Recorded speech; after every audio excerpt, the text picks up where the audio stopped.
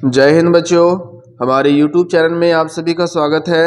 आज की जो वीडियो है वो क्लास 12th के लिए ज्योग्राफी का ऑब्जेक्टिव क्वेश्चन है। इसका हम लोग ऑब्जेक्टिव क्वेश्चन जल्दी से क्लियर कर लेते हैं।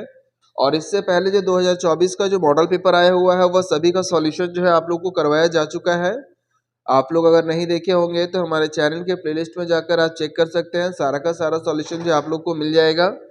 और आप लोग का जो सब्जेक्टिव आया हुआ है उसका आंसर सिर्फ जल्दी करवाने का प्रयास है, लेकिन उससे पहले आप लोगों के लिए एक छोटा सा गिफ्ट है कि जनवरी के पूरे मंथ में आप लोगों के लिए सब्जेक्टिव का टोटल जो भी आने वाला पॉसिबल क्वेश्चन है सारा का सारा इंपॉर्टेंट, ये गारंटी इसी से आएगा। वह सारा सब्जेक्टिव क्वेश्चन जो है आप लोग को करा दिया जाएगा। जैसे कि आप लोगों को मालूम होगा, आप लोग का जो एग्जाम है वो आप लोगों का जो है वो 2 नंबर का, 3 नंबर का और 5 नंबर का जो है पूछा जा रहा है। देखिए आप लोग का सेम उसी तरह के फॉर्मेट में आप लोग की जो तैयारी है वो करवाई जाएगी। तो इसको जल्दी से ख़त्म कर लेते हैं। और अगला जो वीडियो आएगा वो आप लोग के क्लास 10th और क्लास 12 के लिए ऑल सब्जेक्टिव और ऑल चैप्टर का जो सब्जेक्टिव क्वेश्चन बनता है ऑल सब्जेक्ट में से, वह सभी का सॉल्यूशन जो आप लोगों को प्रोवाइड करवा दिया जाएगा। तो चलिए जल्दी से कंप्लीट कर लेते हैं।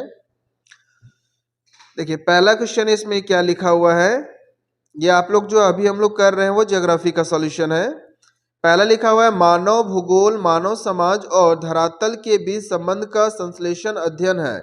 यह कथन जो है वो किसने कहा था? यह जो वाक्य है कि मानव भूगोल जो है मानव समाज और धरातल के बीच का संबंध है, वह किसने कहा था? तो ये जो है फ्रेडरिक रेटजेल ने कहा था। ऑप्शन नंबर जो है हो जाएगा आपका 1। ठीक है, क्वेश्चन नंबर हो जाएगा आपका 1। दूसरा क्वेश्चन लिखा हुआ है रुको और जागो निश्चयवाद संकल्पना किसने प्रस्तुत किया था? ये ग्रिफिथ टेलर ने किया था, है ना। Option number 1 Griffith Taylor. Question number 3 पर आते हैं। 21वीं शताब्दी के प्रारंभ में विश्व की जनसंख्या कितनी दर्ज की गई थी? यानी कि 21वीं शताब्दी में जो जनगणना किया गया था उसमें कितना जो है जनगणना में जनसंख्या को दर्ज किया गया था? तो 600 करोड़, है ना। ऑप्शन नंबर बी यानी 600 करोड़ से अधिक। निम्नलिखित में से मानव विकास सूचकांक का निर्माण किसने किया था? देखिए साफ शब्दों में क्वेश्चन पूछ रहा है कि मानव विकास सूचकांक का निर्माण जो है वो किसके द्वारा किया गया था? डॉक्टर मोहम्मद उल हक, है ना। ऑप्शन नंबर हो जाएगा आपका ए। चलिए आगे देखते हैं। क्वेश्चन नंबर 4 में मानव विकास के मुख्य उपागमों में किसे सम्मिलित नहीं किया गया है?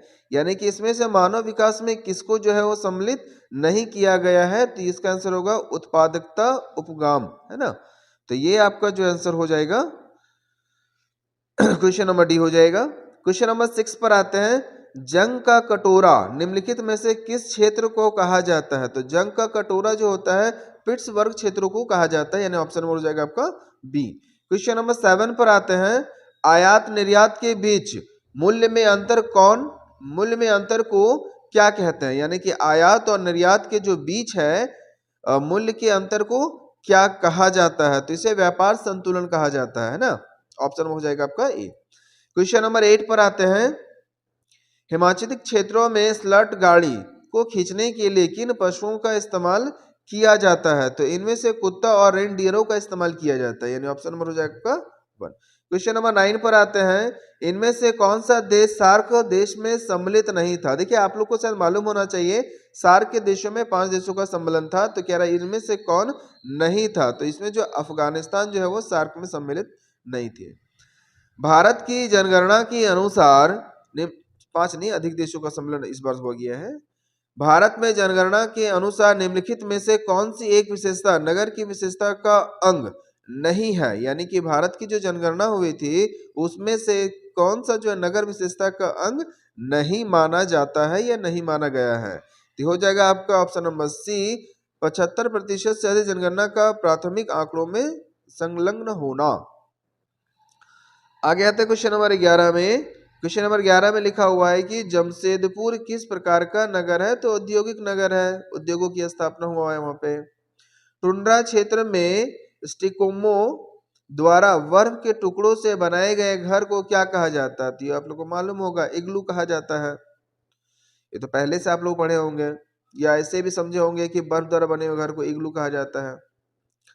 क्वेश्चन नंबर 13 में आते हैं, निम्नलिखित बस्तियों के प्रतिरूप में से कौन सा सड़कों के किनारे विकसित होता है? मैंने इसमें से कौन जो है सड़क के किनारे जो है विकसित किया जाता है? तो रैखिक प्रतिरूप हो जाएगा ऑप्शन नंबर डी।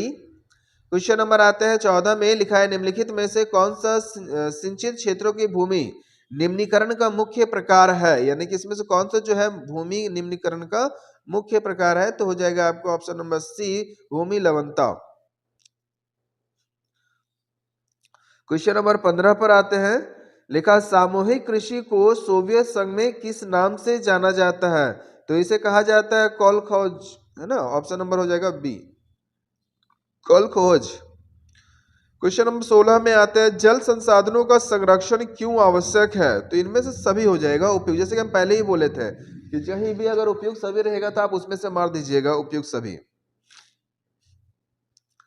स्वर्ण कॉलर कहे जाने वाले व्यवसाय किस सेक्टर के उप विभाग होते हैं? यानी स्वर्ण कलक जो है कौन से विभाग के क्षेत्र को कहा जाता है? तो इसे जो होता है आप लोग का तृतीय सेक्टर को यानी तृतीय क्षेत्र को कहा जाता है। उद्योगों की जननी किसे माना जाता है? तो आप लोग को सब पहले ही बताया गया। तो उद्योगों की जननी जो है कि लौह अयस्क को कहा जाता है। आगे बढ़ते हैं, निम्नलिखित में से किस स्थान पर पहला परमाणु ऊर्जा स्टेशन स्थापित किया गया था? तो सबसे पहले जो ऊर्जा स्थापित किया गया था ऊर्जा परमाणु स्थान स्टेशन से तारापुर में हुआ था। ऑप्शन नंबर हो जाएगा आपका डी।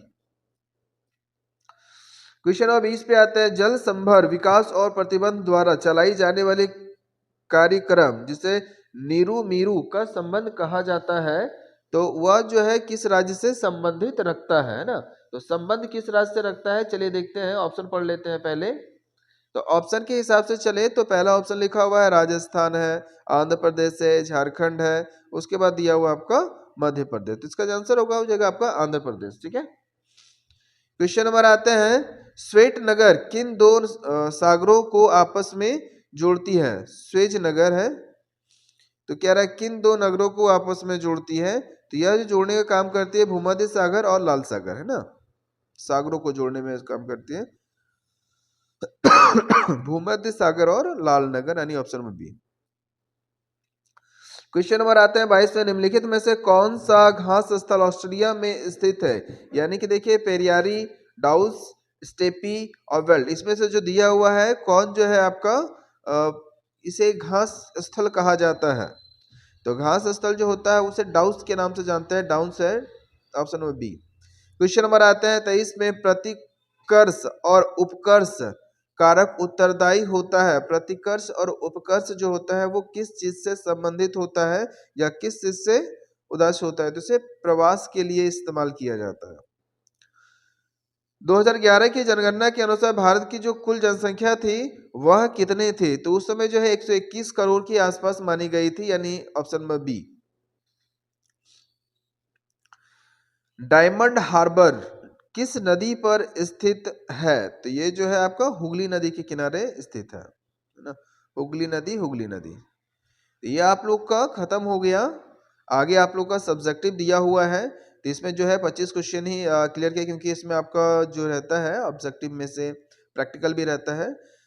चलिए ये तो आपका खत्म हो गया, इसे अपलोड कर दिया जाएगा। आप लोग के लिए एक खुशखबरी ये है कि जनवरी के सेशन में आप लोगों को हर रोज क्या है कि लगभग 15 जो है सब्जेक्टिव इंपॉर्टेंट क्वेश्चन दिया जाएगा, जो कि आप लोग के बोर्ड एग्जाम से एकदम डायरेक्ट टच करेगा।